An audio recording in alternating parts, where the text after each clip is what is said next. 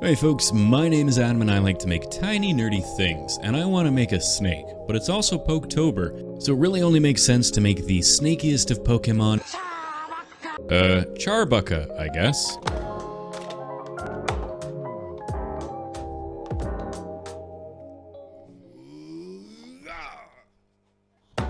Now I'm going to be doing something a little unconventional with this particular Danger Noodle, and I'm not going to give him a skeleton. Big Scale has been pushing their pro-skeleton agenda for years, and I'm sick of being told what's inside my body, so I'm taking a stand and building this particular dangle-fangle without the unnecessary support of a bunch of spooky bones. Now the benefit of a boneless sting string is that I can apply all the texture while it's stretched out on my tabletop, thus ensuring maximum detail and coverage, before twisting and bending it into an appropriately snacky shape. Here I'm cutting my fillet of snake across the belly to give me the plated belly plates, and the cling film ensures that I'm getting a smooth indent rather than a sharp cut through the clay. This is important because when it comes time to bend my meanie linguini, any sharp cuts through the clay will separate, leaving me with an unsightly gap in the body. Otherwise, I'll use a clay shaper to make the plates look a little more natural, then I can use a ball stylus to pull the texture down towards the tail. Now once the belly's done, I can roll my nope rope over and get to work texturing the top. Making scales is a notoriously painful pain in the posterior, so I've made myself a scale texture roller. I made this one a while ago for a different Danger Noodle, so if you want to see how it's made, go watch that video. If you don't want to see how it's made, then go watch that video anyways, but just skip over that section. Now that my tube dude is fully textured, I can start the process of wrapping him into a more menacing pose. This particular clay is Cause Clay Extra Firm, which is perfect for this sort of task, since this clay is firm enough to hold the texture while I'm bending and prodding, but flexible and malleable enough to bend without cracking or breaking.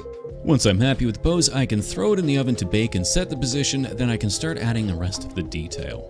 I'll stick a big blob of clay onto the tip of the body to act as the upper jaw, then I can add a smaller blob below that for the bottom jaw. I'll bulk out the connection point so that he looks a little less like a sock puppet, then it's really just a case of adding and removing clay and poking and prodding with tools until I've got something closer to the required spicy noodle design.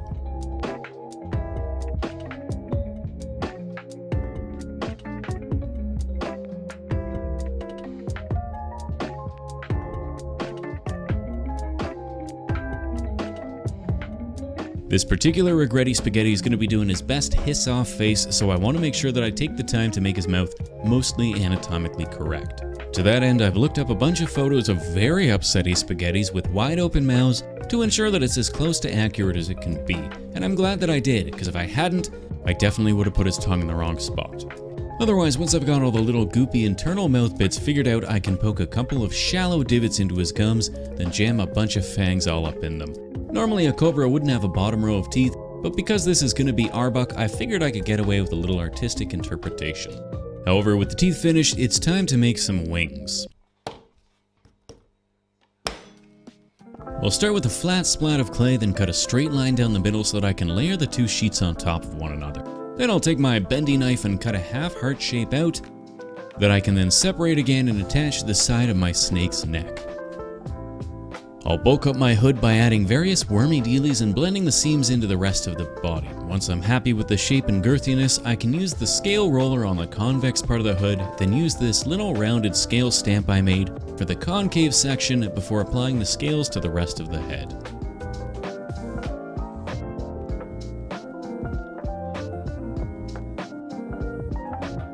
To make the tongue, I'll wrap a flattened length of armature wire in a thin layer of clay, then bend it into an appropriately snaky tongue shape before jamming it into the correct mouth hole that I mentioned before. Finally, I'll snip the tip to give me my snake tongue tip before it all goes into the oven for one final bake before painting.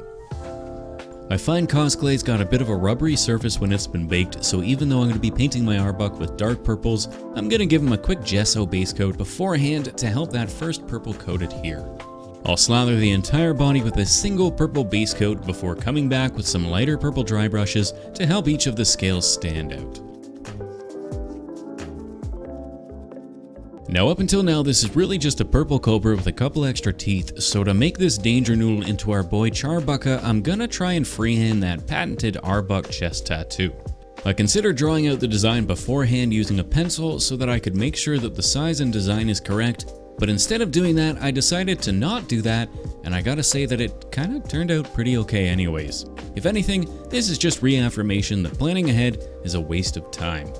After all, if I'm only gonna get it right one time in 100, then do I really want to waste that one time on a practice run?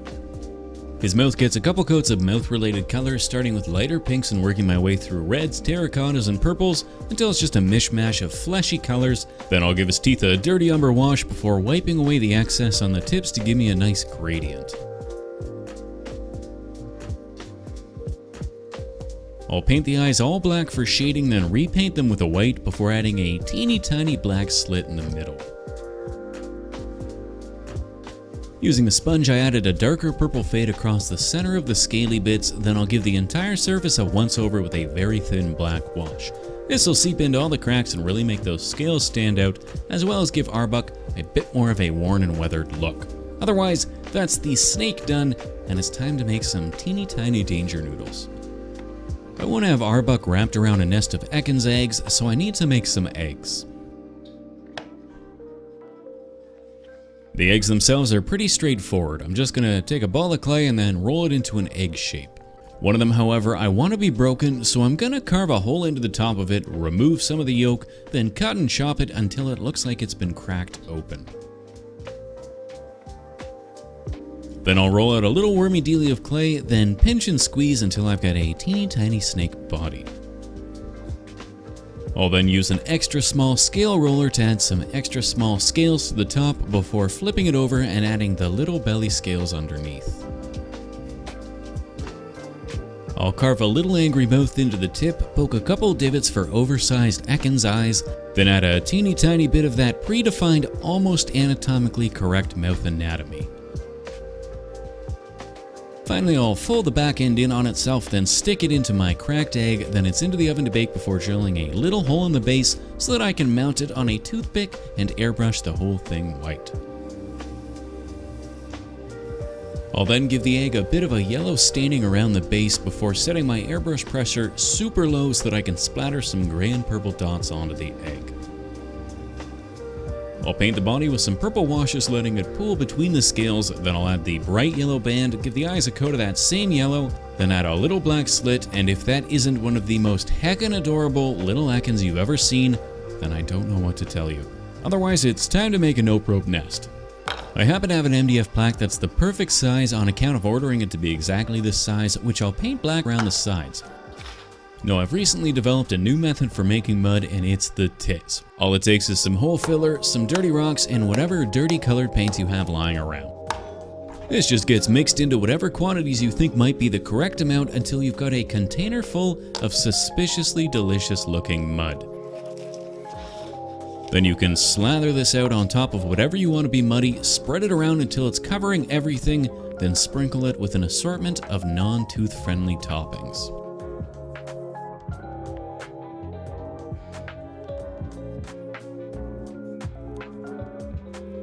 While it's still somewhat malleable, I'll stick my Arbok in place, press him down, then gently push the muddy base around so that it conforms to Arbok's body.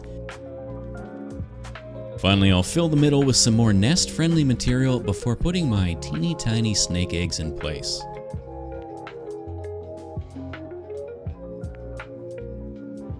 Last but not least, the heckin' cute Ekans gets popped in beside his unborn siblings, and that's it done and on to the glamour shots.